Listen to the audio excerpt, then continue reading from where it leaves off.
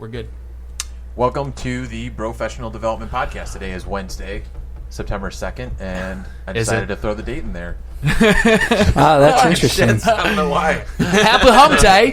Yeah. Today we got Colin, Bobby, Dan. Brad's actually out today. You remembered everyone's names. I did. And you. Happy birthday to Brad's daughter, by the way. Yeah. Happy birthday, Brad's daughter. Happy birthday, Brad's daughter. Yep. So today we're going to be talking Happy about failure. I was a little late. I hate that shit. I'm just gonna be real. I fucking hate this fucking sounds. That just I don't know. that just made So it fucking just made corny. it- It's almost as corny as our intro that just that I Matt think the did. entire 45 minutes could just be him playing around with the soundboard. yeah. I'm in for that. Good idea. Jesus. So that was How much can we piss off Dan? Don't get me started. All right. So, Matt, what do we got today? Today we're going to talk about failure. We're going to talk about it in all aspects of life. We're going to talk about it in the personal, the professional. We're going to probably give some examples of our failures. And before we do that, I think we're going to kick it off with any topics around the professional development world, the podcast world. And I'll start it off today. I had an interesting one. I don't know if you guys heard about this, but Joe Rogan, biggest podcaster on the face of the earth, and everybody's talking about it, so I'm sure you have. But Fear Factor. he moved over. Yes, yeah, That was where he got to start. that is. Is it?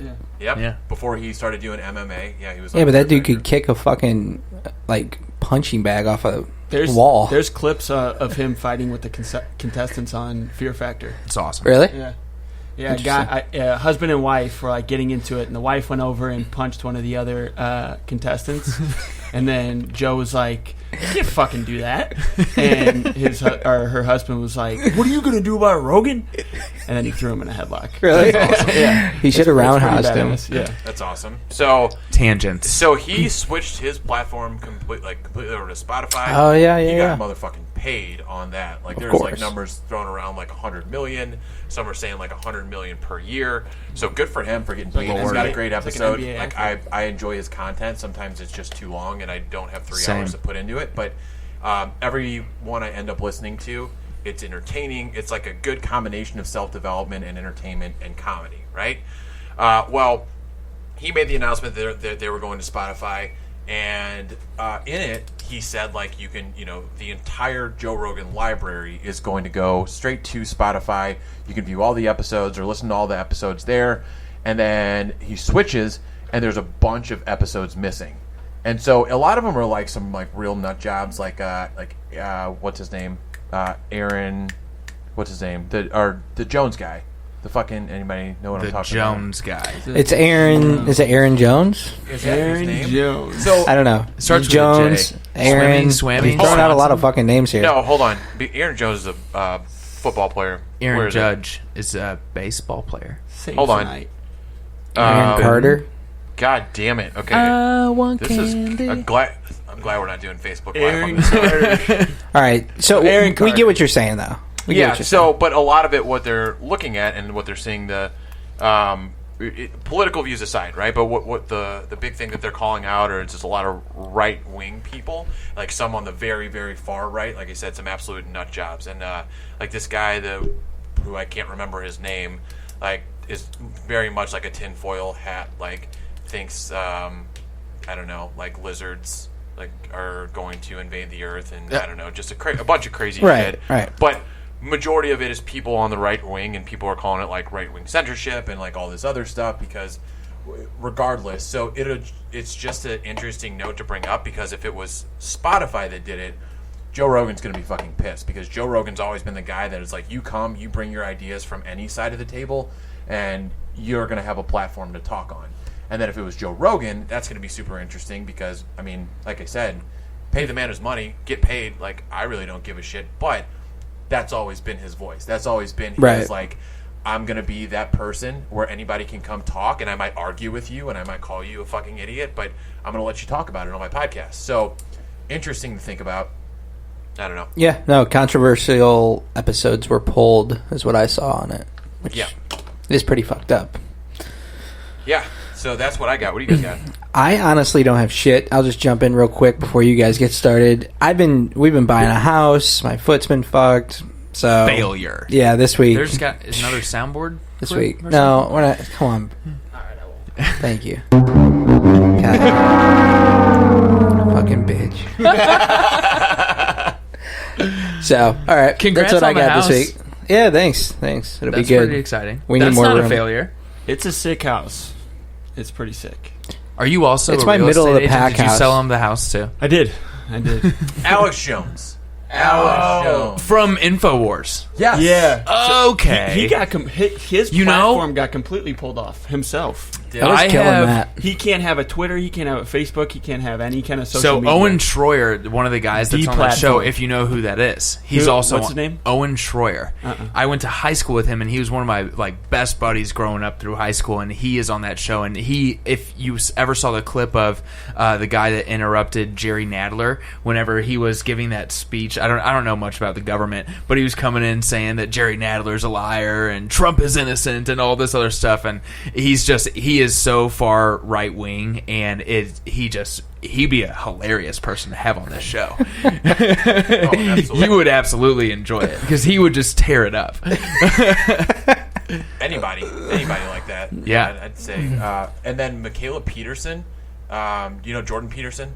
Oh, his daughter. Like his daughter. So I don't know too much about her. I got but I Jordan know written like down. I'm a fan of Jordan Peterson. I listen to a lot of his stuff. I think he's very like logical, sensical. Like his book, I read some of the cliff notes on that, and that's a good one too. But anywho, I kind of jump back to my thing. Alex No, Jones. you're good. Anything else, Matt? You want to? Alex Anything Jones, else you can Alex think Jones of? is like a Failure. conspiracy theorist, like to the max. Yes. Right. Absolutely. So like he is hardcore against like any kind of government. Like he would have a lot to say about what's going on in this pandemic. I'll see if I can get Owen on here, and he would just have a. We'll just let him heyday, talk. pretty much, and we would just listen and I'll blow our laugh. minds with conspiracy theories. Please. Yeah, he would, and it'd be hilarious. We could And dissect them. He'd probably just make us think like those flat Earth documentaries. Be like, oh my god, but like, is that real? It's like, but there's no way that can be real. They have like very hard theories on like why the government is trying to push a totalitarian. Am I saying that right? Totalitarian regime, like on our people. So I Interesting. think that's why they deplatformed him, because I think he was opening a lot of eyes, and he was having a lot of people. Well, who it were can be following him who were dangerous. who were talking pretty crazy. Yeah. So, Yep. were you talking when Matt just dove back in? No, I don't. Well, I was talking just about because you mentioned Alex Jones, and that's when I talked about my buddy. So, I mean, I don't have anything really huge in the self development world. Like I said last week too, I've just been focusing on like what's in front of me. I haven't been listening to a lot of podcasts, to be completely honest. It's something that I want to jump back into. I have some podcasts that I listen to that were related to our topic this week, but I'll save those once we dive in. So, Colin, do you have anything that? Actually, yeah. So I have Jordan Peterson down here. So Wow. Universe. Yeah. I actually want to talk about morning routines again. So no, but Jordan Peterson. So I have not read his book. What's his book called? 12 Rules. Or something? It's like the 12 rules to success, something along. 12 rules for life or something like that. I'm Bobby very, will get it.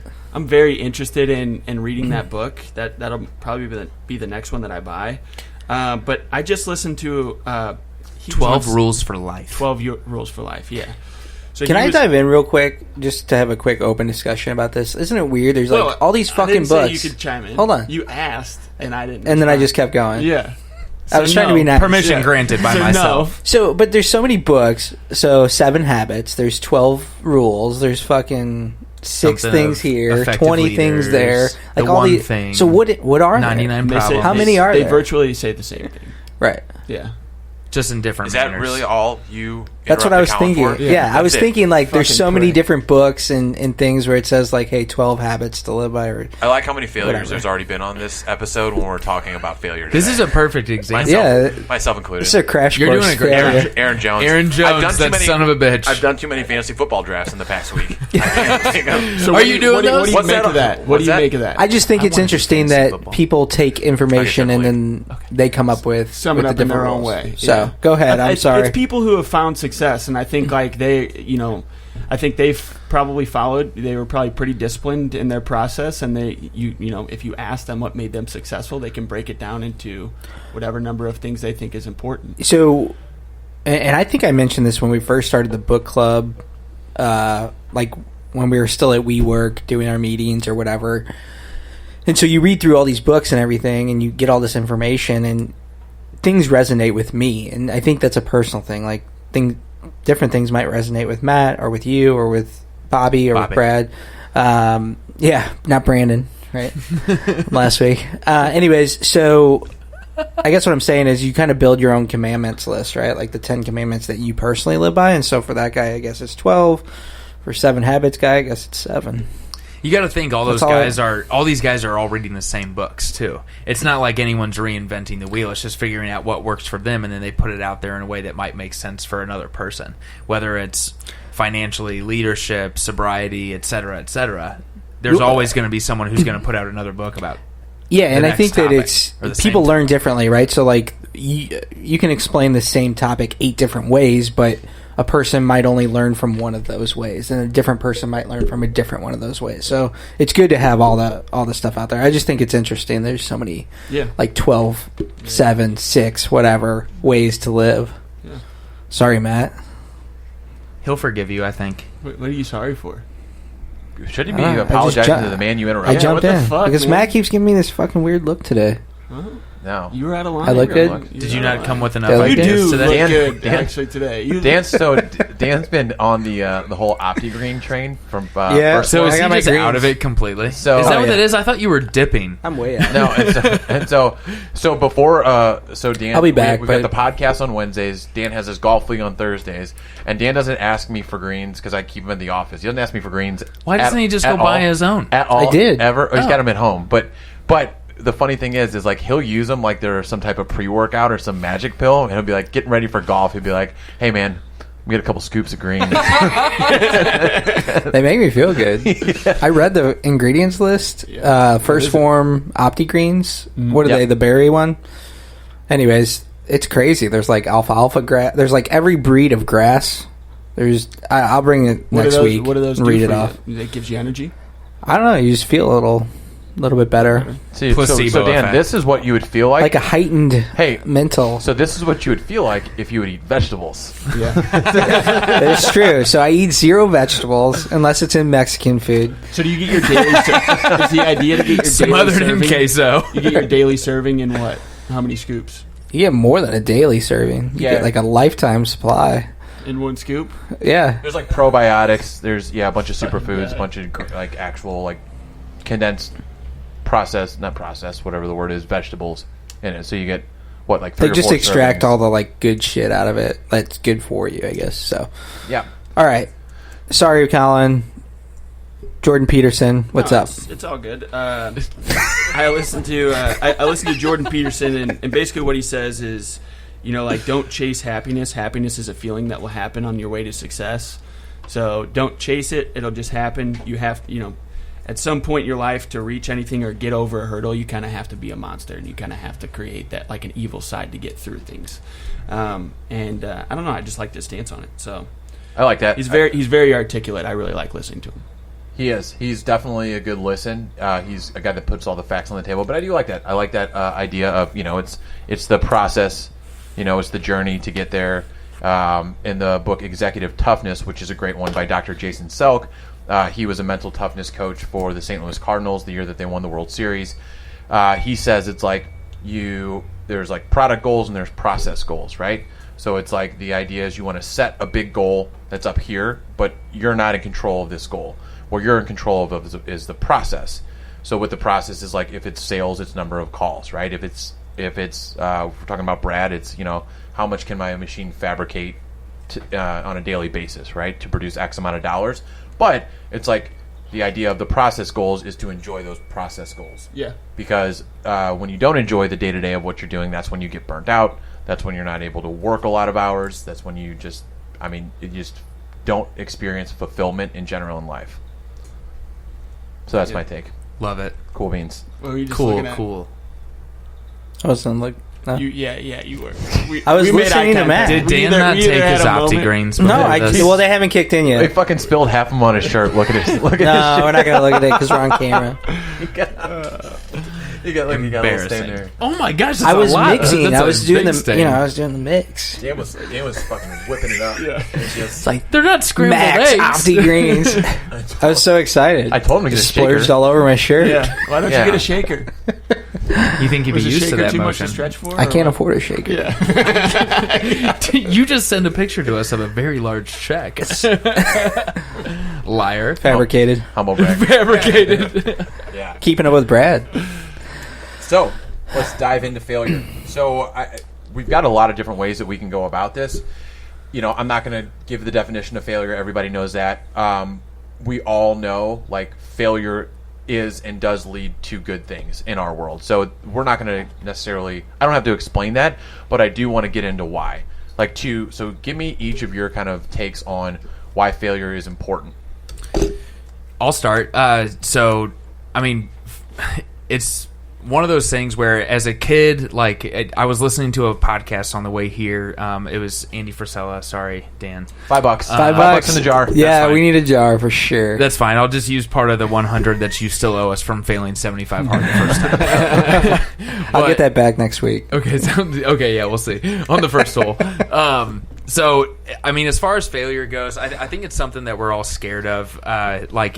Originally, well, here's the thing: is as kids, one of the things that you're never scared to do is like just try and learn how to ride that bike, or you learn how to walk. There's no like fear of failure being a kid. Like once you get older, you have a fear almost of like some like failing in a social setting, right? And I think you see a lot of people that are failing in social settings now, and like I'll put failing in air quotes because someone doesn't have enough followers on Instagram, or they're not as big an influencer as they want to be, whatever that looks like. Obviously, that's nothing that, I mean, any of us here are failing on by any means. But for me, I only have 160.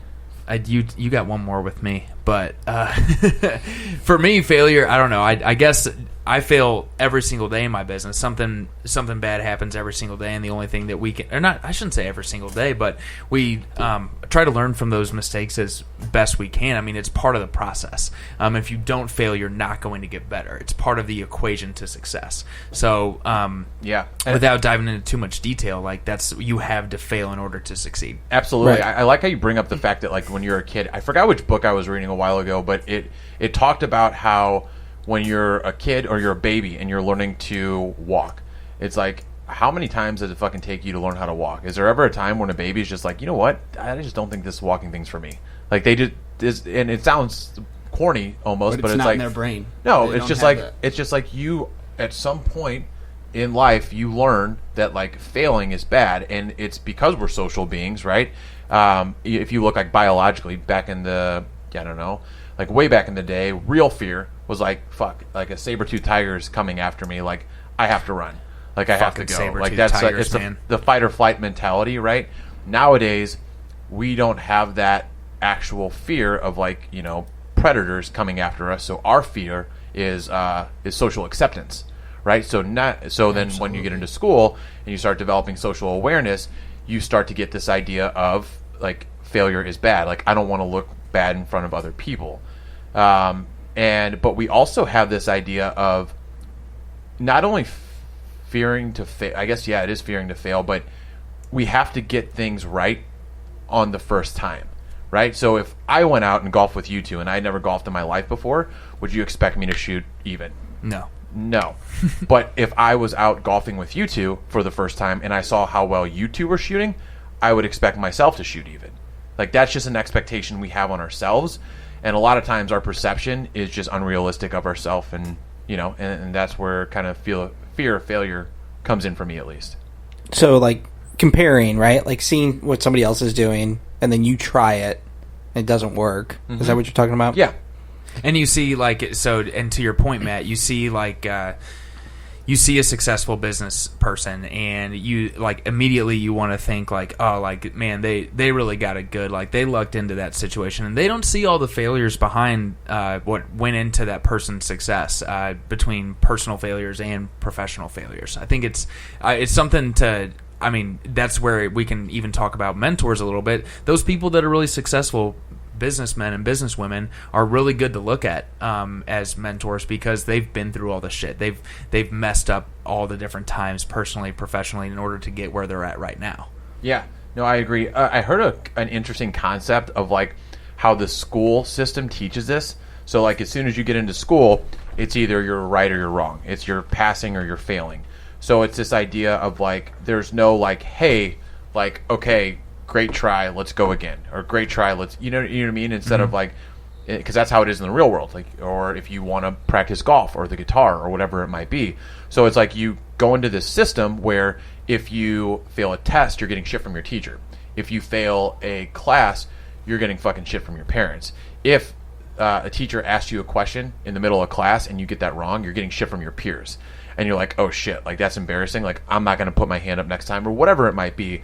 And I think there's a little bit of truth to that, because if you think about it, you go to school for at least 12 years, kindergarten through high school or whatever it might be. So you learn that for 12 years of like, okay, can't fail, can't fail, can't fail. That's my problem with formal education, or the education system as it is today, because it is a requirement to be successful. Like failing is a requirement to be successful, is I guess how I should put it. But you're graded on passing like the first time around on a test, right? Like you get an A for doing a good job. Like you're not really learning through failure in that case, if that makes sense. Yeah. And I have a problem with that, because like Matt had said, like as soon as you feel stupid in front of other people, you're not going to ask the questions that you need to get the answers to be successful, right? Like from a social perspective. But then at the same time, so Dan, like so it's kind of different in a school setting, and then you think in the sports setting for these kids who are all getting participation trophies, even though one team did better than the other one.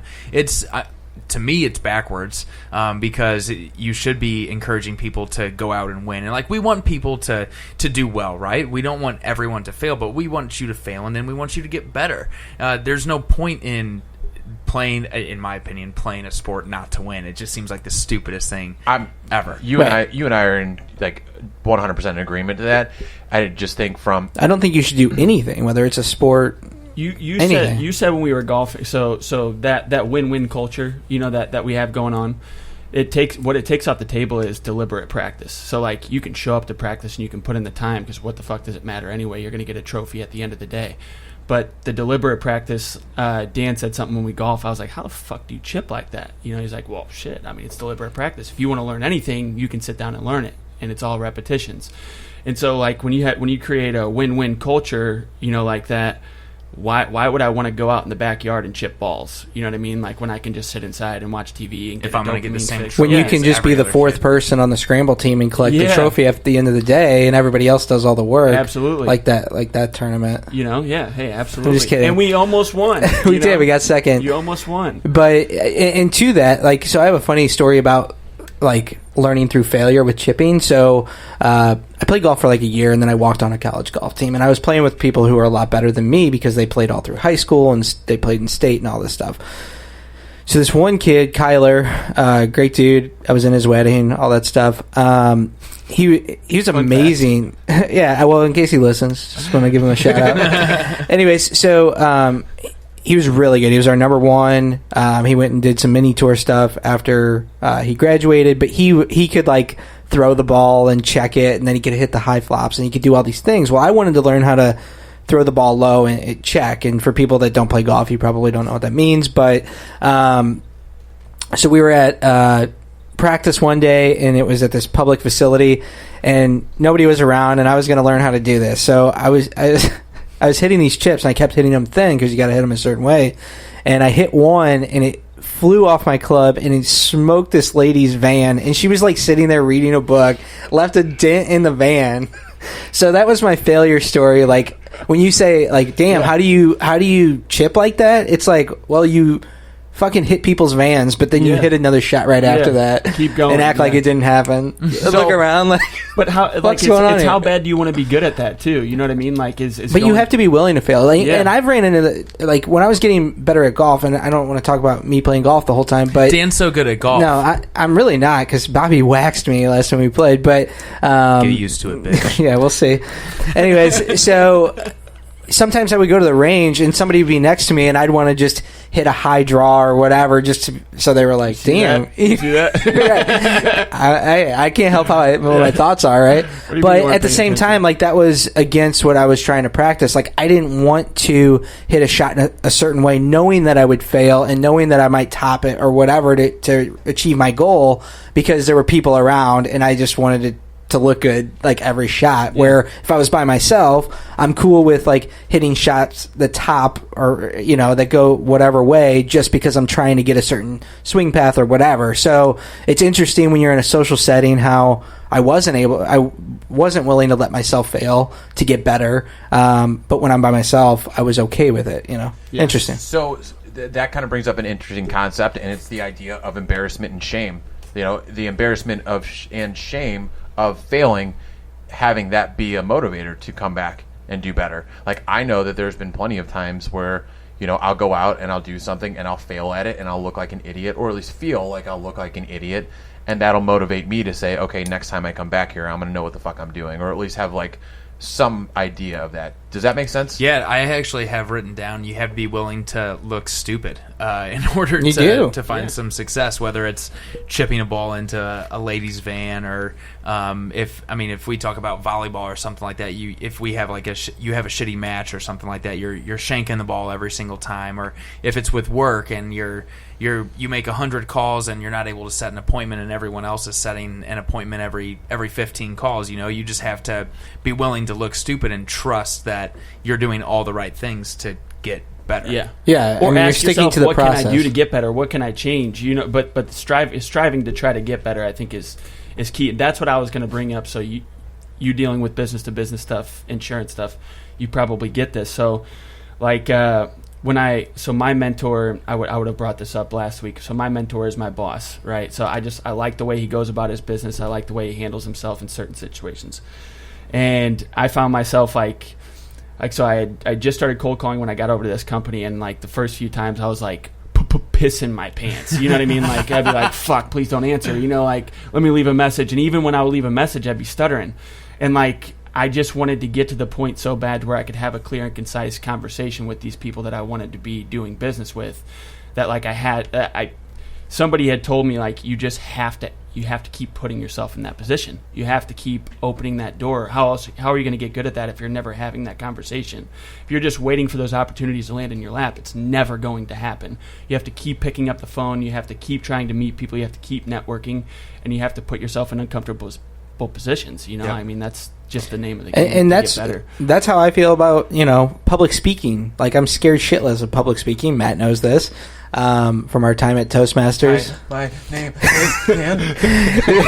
That just blows my mind too, because you seem like a guy that would honestly really knock it out of the park, man. So props to you for. Matt's like, dude, you're going. I said it was like the first time I've ever actually seen him like off killed. Like, it was weird to see. It was funny because. Did you feel sad for him? And we just talked about this today, so Matt's hearing the same story twice, but.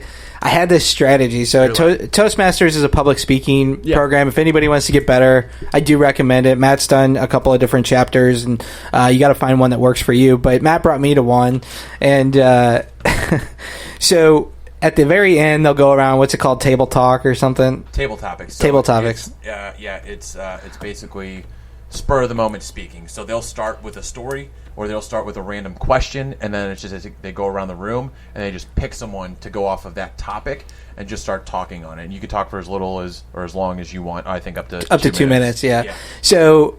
Okay, it was the end, and they'll just call people out. Like, there's a big room of people, and they'll just say, "Okay, Colin, your turn. Matt, your turn. Whatever." And so I was like, "Fuck, dude, this is where I could get called out." So I had this strategy going in that every time it was time to call somebody's name, I'd grab a drink and I'd start taking a drink. Like, I was too busy to like handle your table topic right now, and so they get through it, and they. It was like, dude, you're fucking chugging. Where are my Optigreens? So it could have been shit, and I would have still drank it at that point. But anyway, so we get done. We're almost out of time, right? Like, I was like, all right, cool. And then she goes, "We have time for one more." And I was like, fuck. Grab my drink. She fucking calls my name, and so she was like, family business or family band, like a music band. And that's such an easy one for me, obviously. Family business, right? And so it would have been so easy for me to answer that question, but I was like freaking out, and my voice was like cracking, and I was like... Were you there for this, man? Oh, yeah, you were sitting right next to me. Yeah, and I wish we had a clip. It was like 40 seconds. 40 seconds of hell. I was holding it in. Because Dan and I, like, this is like when we first started. Like, we're a lot closer now. It was what, 6-7 months ago? Yeah. This was recent. Yeah. But Dan and I just became 2020. super close in the past 7 months because we worked together every day. So I didn't know him that well, and now that I know him, I can say it sounded like he was going to start crying. like he wasn't going to cry, but it's just, you know, how that like it was voice tough. is cracking, and it's like, and you're talking out of like the last bit of breath you have left in your lungs. And I was talking like this fast. So anyways, I want to get good at public speaking, and that's somewhere I do want to go, and I know that wall that's in front of me is all fear-based, and so like for me to get good at it, I have to put myself in those situations, but I'm so fucking scared of it, I don't do it. Yeah. So that's why I'm here doing a podcast in front of 3 people. Well, what do they say lives on the other side of failure, and fear is like success. Yeah. So that's real. Yeah. And I think that it's important to look at failure as a moment too, and something that you need to learn from, right? Like that was a moment for you. You can look back and you can laugh and be like, what? You remember whenever, like, because you're going to deliver an amazing speech at some point in the near future. Like, I don't know where it'll be or what'll happen. Right. What's that quote? It's like you don't fail. You either win or learn or some shit. You win or you learn. Something like that. Instead of you win or you lose. Yeah. That's a book. But yeah. That's a book. Matt's got all the books. Yeah. Did you bring me one? Not yet. Okay. Sorry. No, you're good. No, I think that's really cool because I remember having to public speak a couple times, and I felt I hated it. And whenever I started working with Affleck, I knew I had to do group presentations at one point, and Rusty would go and he'd run them all for me. And then I remember the first time I ever had to run my own was one where he was like, dude, I can't make it today. And I was like, fuck, I have to run the presentation today. And then I did it, and it was fine because, well, for me, and like think about it for your stuff too, like you're the expert in the room. Maybe at that recruiting one, you were like not necessarily the expert in the room. Yeah. Or there were other people that were aware of it, but that's the way that I took my mindset, was like, no one knows these Affleck products better than me. And at least I know them better than these people. So if I mess up, it's going to be okay. But of course, you at the end of the day, you want to be able to self-assess and say, okay, I think I did a really good job there. I think I missed on capitalizing, talking about this talking point or going over this key feature, or I could have built the need for what we offered a little bit better. And yeah, man, I think we all have those moments. It's just a matter of what it is, whether you go, like for me, like just even this past year playing golf with, because I've gotten a lot better this year, right, playing golf with that scratch group out at Whitmore. I was nervous as hell going into the first day, and like ever since I started playing with this group, and they all shoot in the 70s damn near every single day, I've shot in the 80s like maybe 3 or 4 times this year. Right. And only because I'm leveling up and playing with people that are better than me. Like same thing like volleyball. Once we start playing some more doubles here, and we are upping the competition that we play with, we're only going to play better volleyball. Oh, absolutely. And that's one of the ways I put myself out of my comfort zone this year. It's in volleyball, I'm going to be playing on an indoor team that's going to go to nationals, and we're going to play in the A division, which is like majority of people in the A division played at a decently high level in college. I never played college. I played like 1 or 2 years in high school. And so I'm going on that team knowing that I am by far the worst player on that team. So I'm going to go in, I'm going to make mistakes, I'm going to get my ass kicked a couple times, but it's going to suck. And I'll feel embarrassed at times, but it's obviously a way that I can grow, right? Yeah, absolutely. I mean, you'll come back from that tournament better. Yep, and that's the thing. And you already know that. Yep. Well, and the thing is it's interesting, and I don't know if you all have any stories, but sometimes it takes a while for us to own our failures and like actually embrace them. So just to give you guys my take on like probably my biggest failure was when I was at when I got cut my teeth in recruiting. I worked for a staffing agency called Beacon Hill Staffing Group. I got recruited out of there, even though I love the company. I wasn't happy with as much money that I was making, So I got recruited out of there to go to another company. They offered me like 150% of my salary, their 3 biggest accounts to take on. They offered me like 6 months of extra pay as I kind of got my bearings. And I took it. I took the job because it seemed like a cool company. But it was also a different side of recruiting that I knew nothing about. It was a company that I really didn't know anything about, honestly. Like, I didn't look on Glassdoor, didn't do any of that. And it was just a different side. There's, like, permanent placement. There's temp. It was temp. It was IT. I knew nothing about anything. And so I had to go into this job. I had to be an account manager, and I had to tell people what to do that knew more than I did about, like, IT recruitment. So it was really weird. I think the first 2 weeks I had a manager that was on getting ready to go on maternity leave. She left. Then I had a manager that was 3 states away, whatever it was. Anywho, after 30 days, they ended up firing me. And I blame nobody but myself, even though I think the company's shitty. I do. You're not biased. I'm not biased at all. But it was my fault for not doing research on the company. I definitely I probably oversold myself a little bit just to kind of get that pay bump. But from there, and at that point in time, I was miserable at managing my finances, like awful, like in an ungodly amount of credit card debt, already had a bunch of student loans, was used to making a really good amount of money based off the first job that I had where I was like tracking 6 figures and all this stuff, and then went a couple of years where I wasn't. So that's when the credit card debt started piling up. Had to go like mid to later mid-20s and move back in with my mom. And was wondering what the fuck I was going to do. Had to start bartending. And I was like, how the fuck is this happening? Like, how am I moving backwards, right? Like, what the fuck did I do wrong? Where did I go? Like, and I realized, I knew what I was doing wrong. But honestly, bartending, I spent all my days, like, researching, like, what I would do, how to interview, like, how to negotiate offers, like, all these different things. And I was just like, that's when it sparked, like, why not start my own recruiting agency? Honestly, that's where the seed was really planted, like, could I do this, right? So then I started reaching out to people. I ended up landing the job at Nestle Purina. I didn't tell anybody, I hated telling people that I got fired still. I was so embarrassed about it. But then, like, flip this switch of like, okay, maybe I can own my own business. Okay, now I got to get my fucking life together. Now I got to be a fucking adult. Ended up paying off all the credit card debt. Ended up paying off majority of my student loans. Like, put more money away in the bank and savings than I ever had in that year. And that was a combination of like bartending and working at Purina. And then it led me into, like, I'm the happiest I've ever been. I'm the most fulfilled I've ever been. I love my job. I love the fact that I get to do a podcast and I have the flexibility to go out of town if I want to go out of town. But when I did that, like I said, like, that failure was like the ultimate failure to me. And at that time, it was so embarrassing. I thought there could never be a lower low in my life. Like, I was that piece of shit that was like, got fired from his job, had to go back to bartending, had all this credit card debt, moved back in my fucking mom's basement. Like, that's the, like, that's the shit people in commercials make fun of. And I was like, now that's me.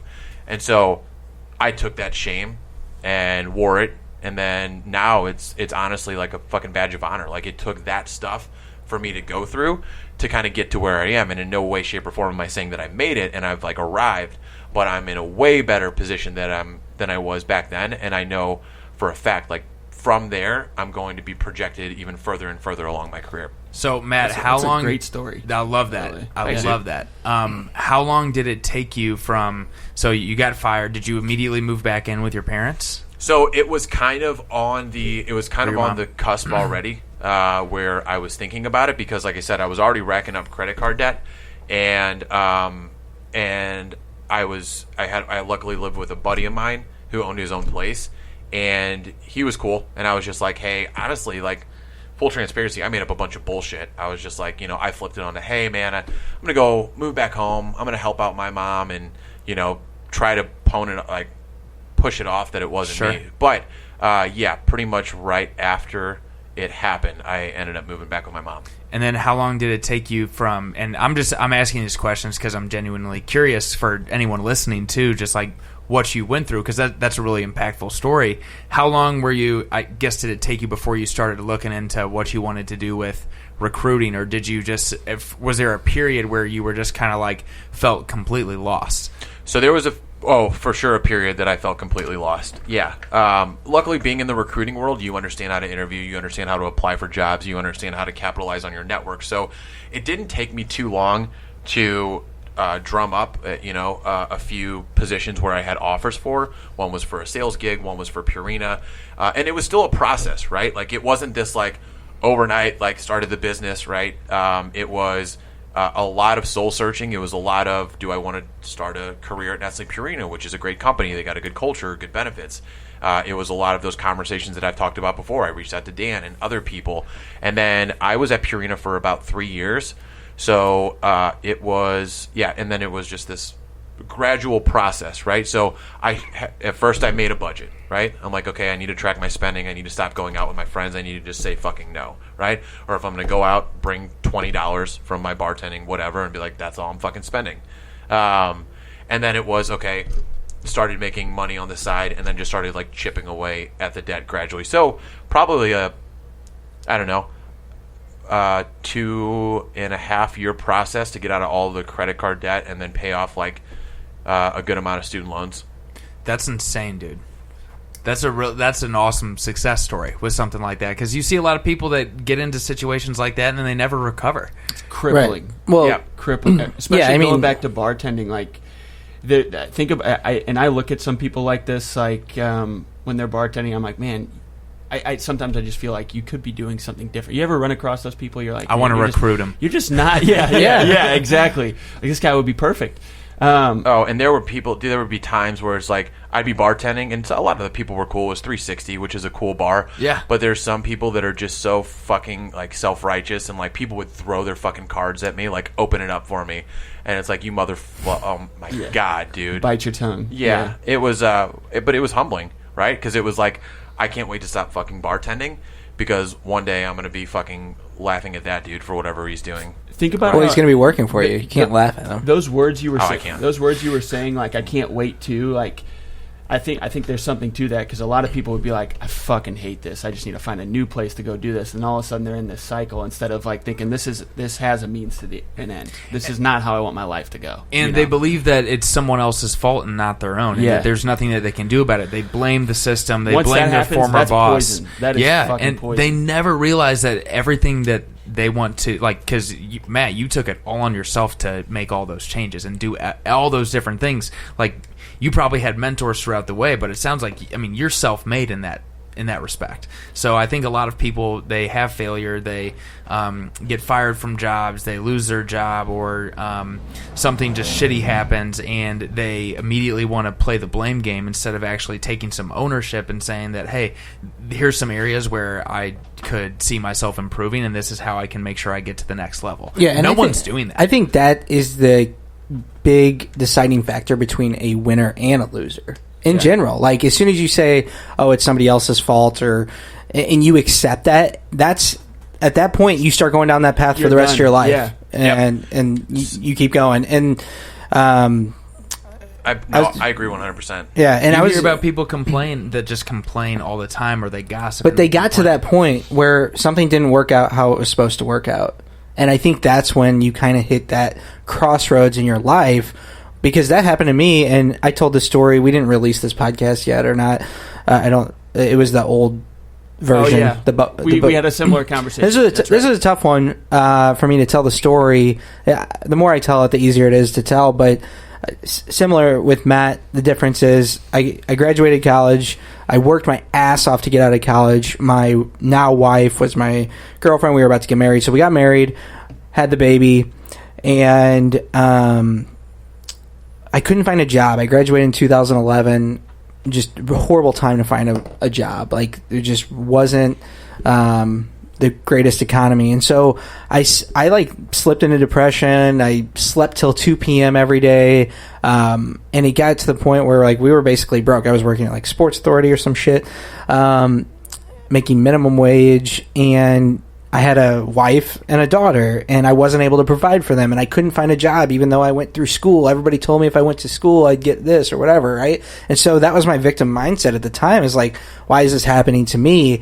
Luckily I got so broke that I basically, like, we couldn't afford bills. And I never, this is the only time, I guess I can't say never because I did, but this is the only time I've asked my parents for money, is we were so broke we couldn't afford rent or anything like that. And I'm like the man, like, you got to take care of your family, things like that. And so I'll never forget, I went to my mom and, like, I broke down. I, like, started crying, and I was like, I'm a failure, basically. Like, I can't believe, I need $600, and it's still hard for me to tell the story. But so it's $600, and she gave it to me, and that was the day where I was like, this will never fucking happen again. And that's when I started taking ownership of my life versus saying, oh, why is, the economy's bad, that's why I don't have a job or whatever. Because, if I kept going down that mindset, I'd probably be divorced. You know what I mean? Because I was a piece of shit. Still working, basically. Probably at Dick's well, and now, you knew me during that time. I was working at the deli at Moldelli's, who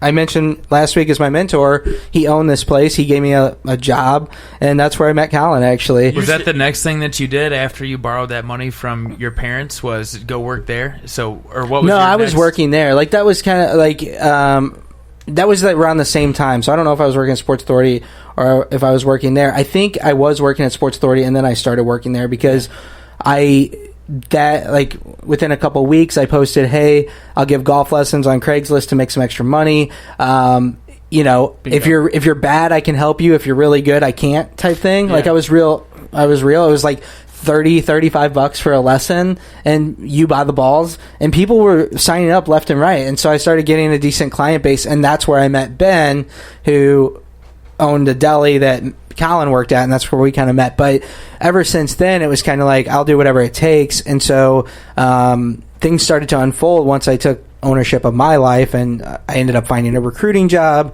and then excelling at that, just doing the best I can every day. Kind of outgrew that within 6 months.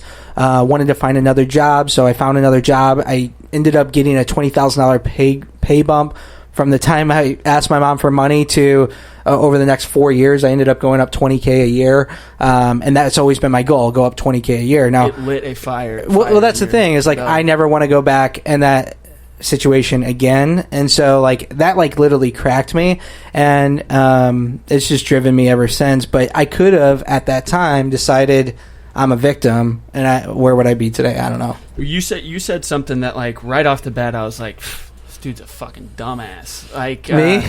You guys, I guess, were... When you met me? Yeah. It wasn't like when I met you. I had, like, met you and, Or we were working together. And you were, like, coming up, like, you were working upstairs with, Vesta and everybody. And you had mentioned something like, yeah, man, I got all these fucking ideas, and I'm like, yeah, me too. I've always wanted my own business. And that's what drew me to you, is because I was like, dude, me too, and I can't, like, shut my mind off ever. And you came up with this idea. Is that why you thought I was dumb, because we were similar? No, maybe. Yeah, maybe. Could be. No, go ahead. But you had said you came up with an idea of cleaning car seats. Yeah, and you started pitching me. I was like, I don't have fucking kids, You don't care. And I was like, where's my bong? Kind of see, yeah. I was like, it kind of seems like a dumbass idea to me, and like I left that conversation, but it still stuck with me today. And I know I've mentioned it to you a couple times because, like, having that kind of mindset with nothing, like you had no credibility. You had not started a business yet, right. Like you had, and so like. At that point in my life, I was surrounded by people who were just fucking dreamers. Well, that's who had I definitely was a $1 million dreamer. ideas all the time. You know what I mean? And then you had said something like, "I'm gonna be the next fucking Zuckerberg," and I was like, "This dude is fucking still the goal. Crazy." But still the goal. But it triggered something in me, and I was just like, "That's what you have to be. You have to be kind of crazy like that." And I know I've said that on this podcast before. You have to be a little bit crazy, and you have to believe in yourself. When the 1 or 5 people that you tell don't. You have to be able to believe. Yeah, and that's the big thing. And the funny thing is, we've all got these failure stories, right? And it's Bobby, it's the inspiration or desperation. You've been brave enough to tell us your story a couple of times, and now it's just like you're telling that and getting so good at perfecting that story that I think that's going to help a lot of people down the road. Yeah. But it's inspiration or desperation. Unfortunately, for most of us, we wait until we're incredibly desperate, and then. When that happens, it takes a little bit of time to see the light at the end of the tunnel and that you can change, but it's, you got to obviously face it. You've got to have some serious, seriously difficult conversations with people around you. Most of the time, asking for money. In my case, I had to ask my sister-in-law to watch over my finances, meaning like gave her logins to my bank account at one point. You had to be completely vulnerable. Because I know my mom and we butt heads too much. My brother thinks I can do no wrong, so he'd be like, "Oh, fuck it." He's like, "You want to spend $500 on a bar tab tonight? Go ahead, man. You're a good guy. As long as you have a good time, right?" But my sister-in-law was a person that I know would like hold me accountable. So I'm like, "Here's my shit." I'm like, "Call me on my shit whenever I'm fucking spending money." And she did. And she would, because I slipped up a couple times, and she was like, "What the fuck are you doing? Right?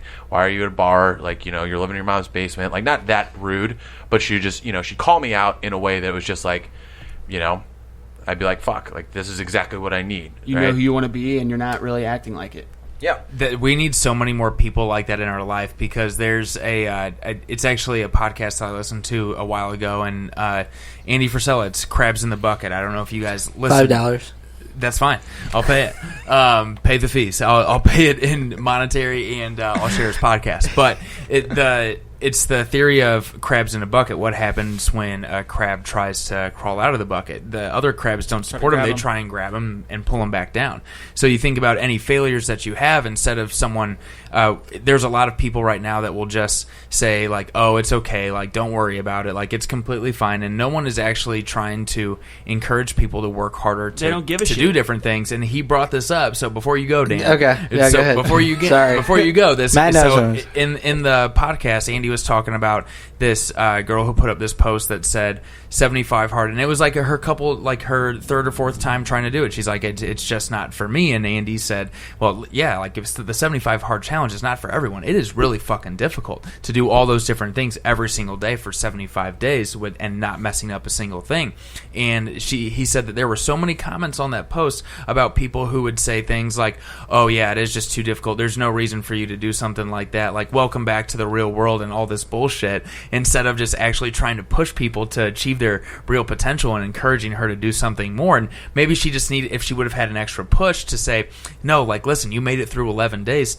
Because he said on there, if you can do this for 10 fucking days, you can do this for 75 days. If you can do this for 3 days, you can do this for 75 days. There is no reason that you can't do something like this, but our society is full of crabs that are, and whenever we try and go do something that's amazing and part of the 1%, like, we're trying to be the 1% that is being a little bit more successful, and we're trying to elevate people around us.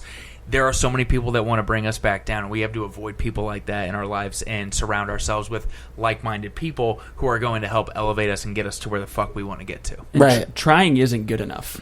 It's not. So you can't reward yourself for trying. No, that's a failure. Right? Yeah, it's a failure. You have to keep. You have to keep going. Either you do you or have you to don't. keep fucking going. Yeah, and that's.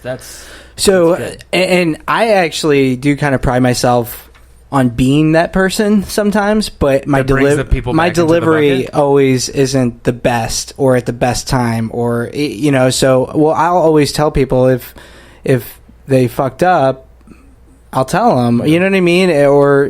And I have a friend who lost a couple of clients at one time, and Matt Kreska? No.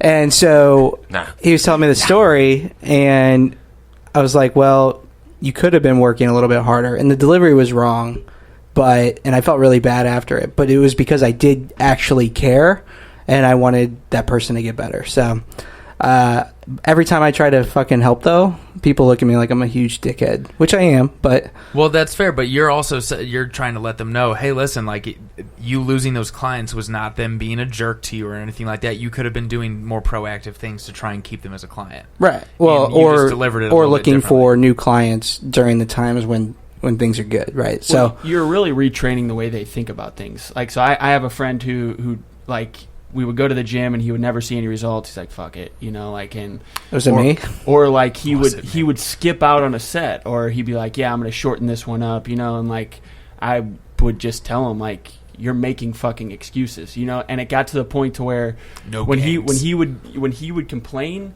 he would be like, I know you're going to say, so in his mind he's already thinking, like, he already knows he's making the excuse, like, it's all about, are you going to do it? Are you just going to complain forever because nobody's coming to save you?